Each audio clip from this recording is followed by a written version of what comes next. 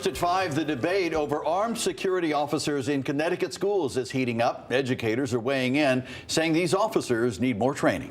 Thanks for joining us for the Fox 61 News at 5. I'm Brent Harden. And I'm Sarah Sanchez. Out in Danbury, there's a group that focuses solely on school safety and how to keep kids, teachers, and staff safe in the classroom. Fox 61's Jamel Johnson spoke with the director of that group about what they feel needs to be done.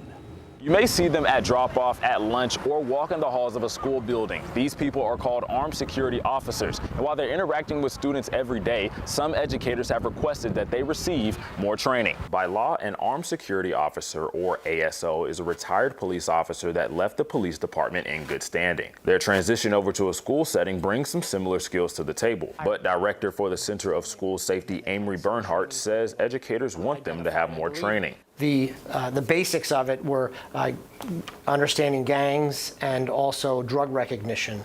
And I know there's been recent legislation to look at it to say there's other topics we could be covering. That recent legislation is Senate Bill 1374. It would allow for additional school security personnel training. Bernhardt and his team came up with a study to see what educators wanted to see implemented. We had about 286 participants ranging from school administrators to armed security officers to SROs. The top 10 categories just by frequency. We have active shooter training, de-escalation training, legal updates, crisis intervention, school environment, relationship building, firearms training, use of force training, emergency procedures, and special education. Some of these answers came as expected, but others, he says, stood out to him. The de-escalation training, that really rose right to my attention. ASO, 99 times out of 100, right, should be able to de-escalate that person. Right? We shouldn't have, violence in schools or parents erupting or things like that. Having just the awareness to say,